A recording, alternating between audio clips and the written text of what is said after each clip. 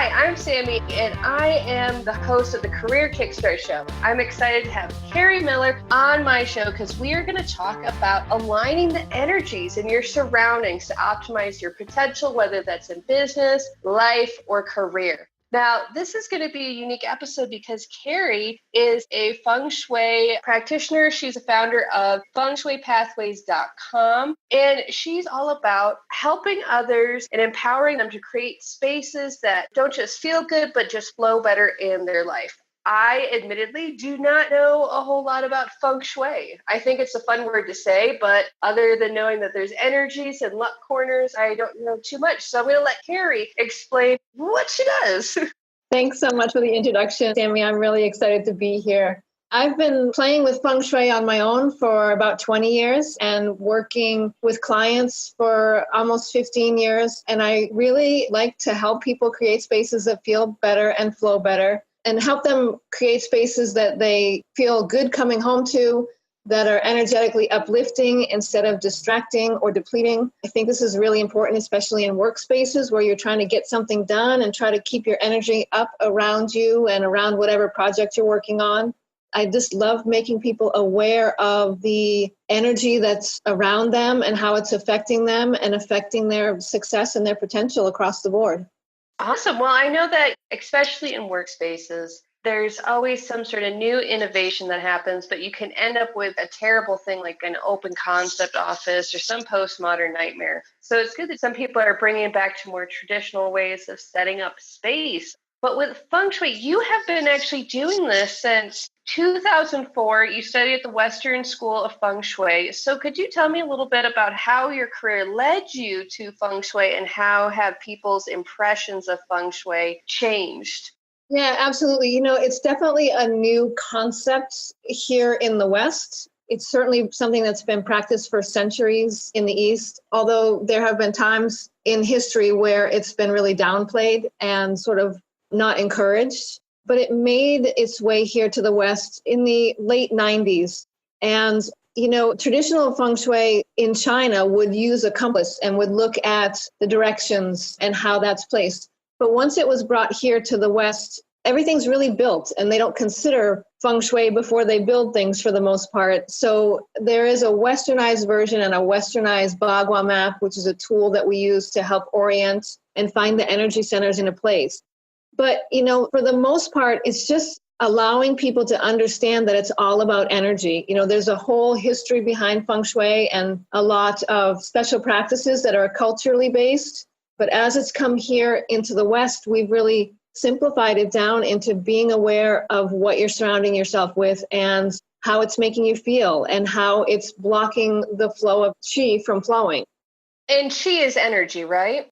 Yes, right. It's a vital life energy. It exists in everything. Even inanimate objects like a table or a book are actually energized. And so it's important to be aware that everything that's surrounding you is really impacting your own energy fields. Oh, okay. So when we're thinking about energy fields and everything like that, and you're right, with modern housing developments and how people set up these workplaces, it can feel like you don't have a whole lot of control over what your cubicle or your office kind of looks like. Do you mind sharing a little bit how somebody can kind of let the qi move a little bit better, either at their desk or in an office?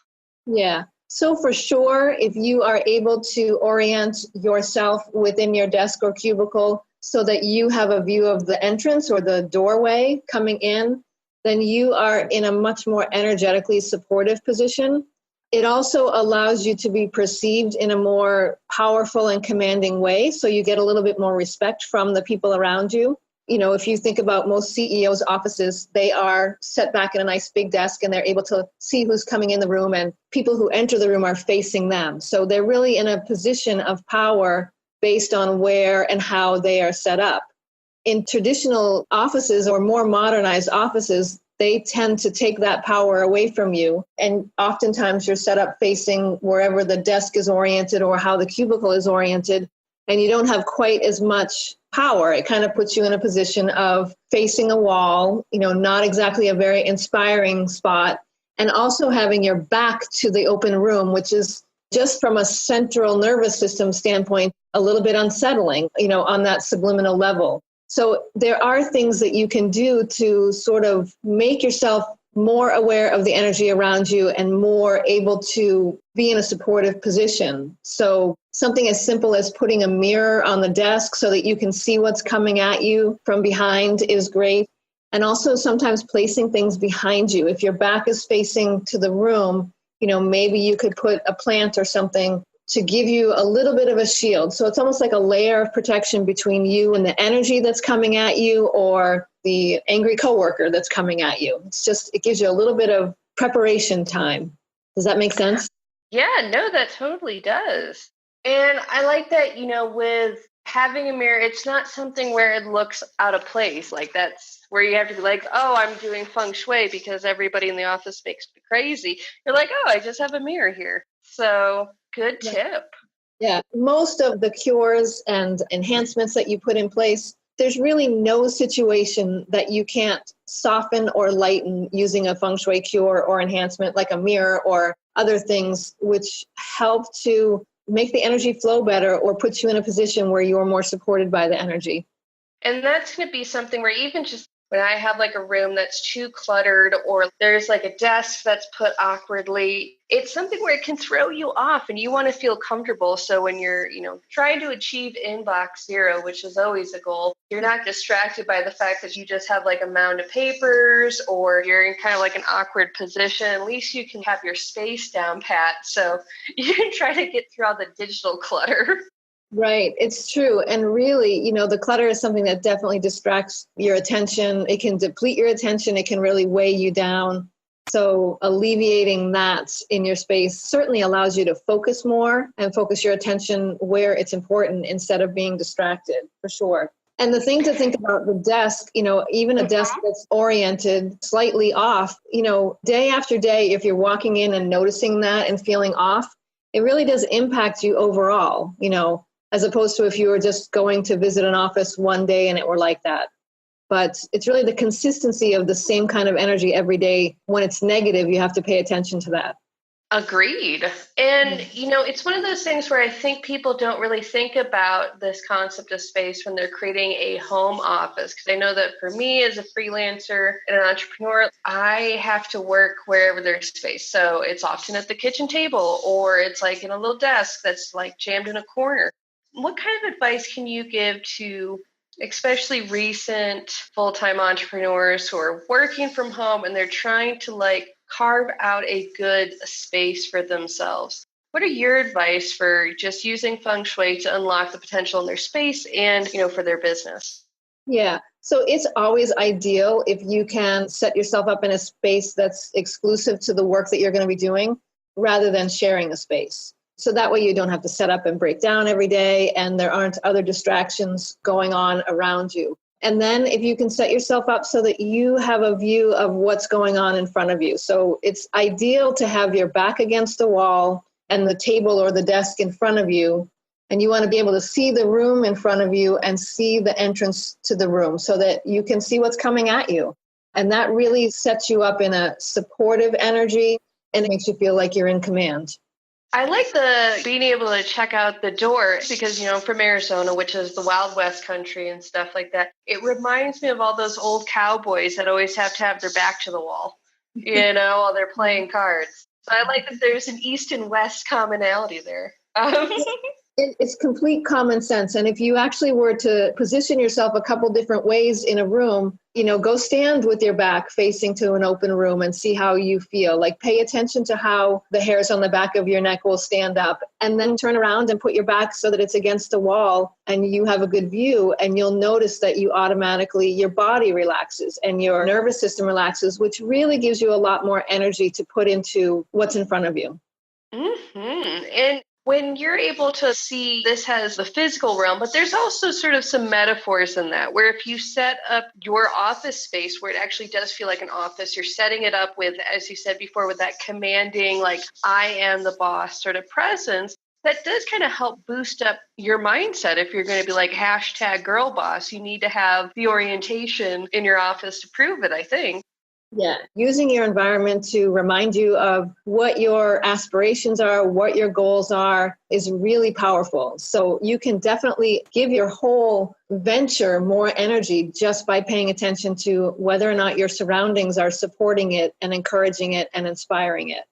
And I think that's going to be something, especially for new entrepreneurs and new freelancers and new full-time small business owners, like being able to get into that mind space when you are at home is important. Because I know when I first started working from home, it was so easy to be distracted until I actually set up like a little work area, and I had to split the space. So I had like a fan, one of them like room dividers and stuff like that. But it was so easy to just be distracted by everything. For Feng Shui, is there like something that somebody can do when they're going into their workspace to kind of set almost the intention of being like, I am here for business, as opposed to I'm here for everybody to interrupt me? Everybody asks me if they need sandwiches or whatever. I know with a lot of the work from home moms, like I can't even imagine how they get anything done.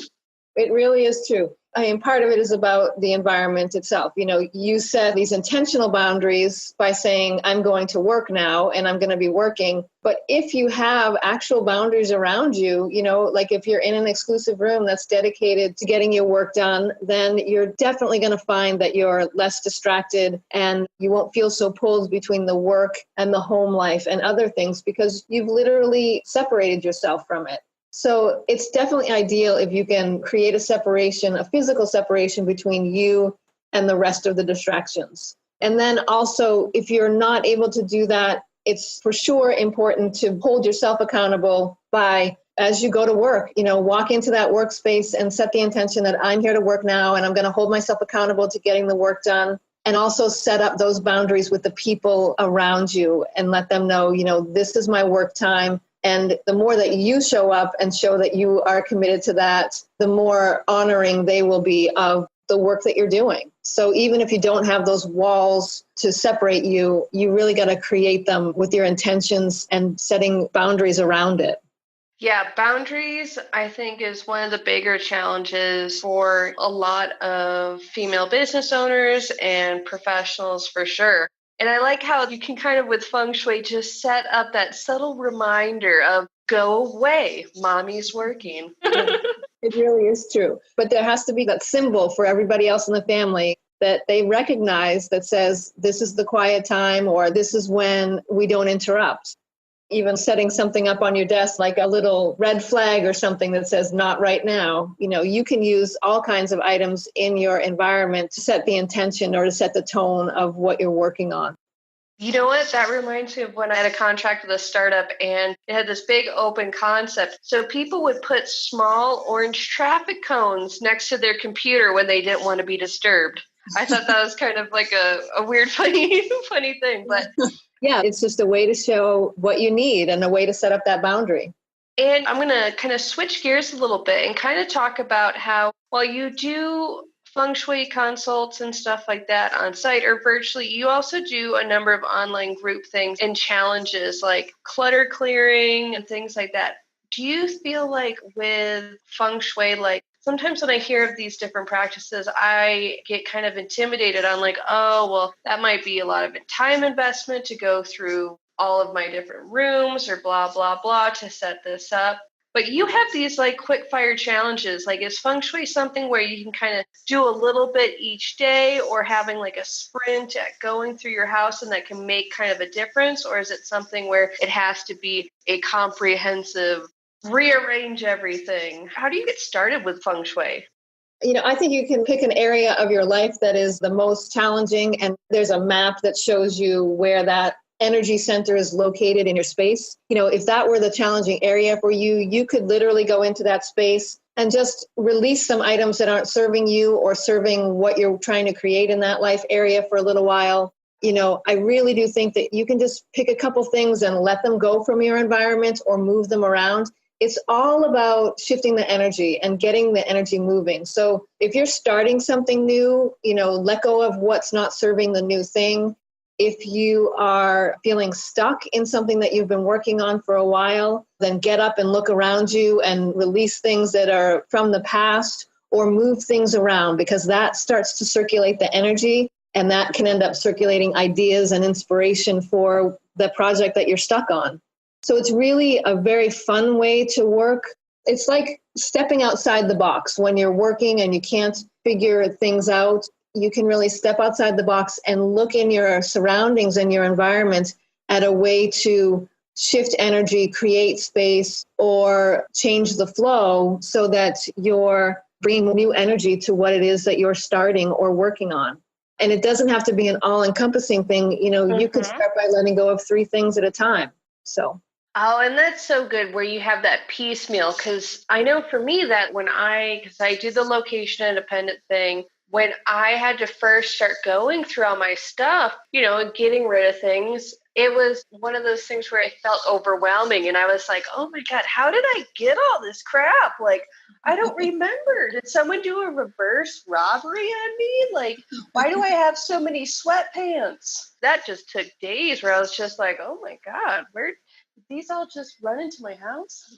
So it's good that with this, because I think that's something that a lot of people, even, if they're not really familiar with Feng Shui or they're still on the fence about it, I think most people can agree that less clutter does make you feel good. So a lot of what you're talking about, I think, are definitely useful tips for everyone who's listening to just kind of like think about in your space. Because if you can get stuff just a little bit arranged to where you're more comfortable, you're definitely going to be more productive. So, Kerri, we've had a really good discussion on Feng Shui and some useful practical tips for people, whether they're professionals in an office space or an entrepreneur working from home, how they can utilize Feng Shui. But if they want to get into contact with you or learn more about you, how do people get more of this Kerri Miller Feng Shui action? Absolutely. Thanks for asking. So my website is a great resource. You can actually go on there and schedule a discovery call with me, to talk about what's going on in your space or what your challenges are and how we can work together to fix it. I am also always on Facebook.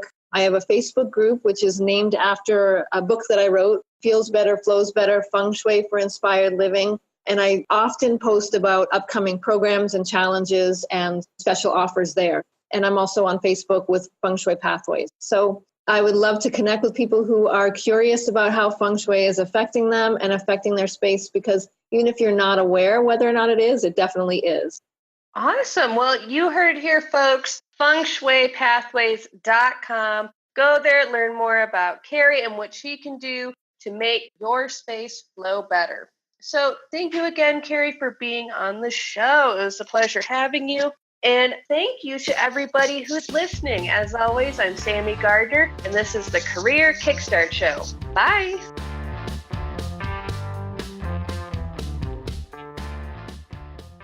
Change your career, change your life at CareerKickstartAcademy.com.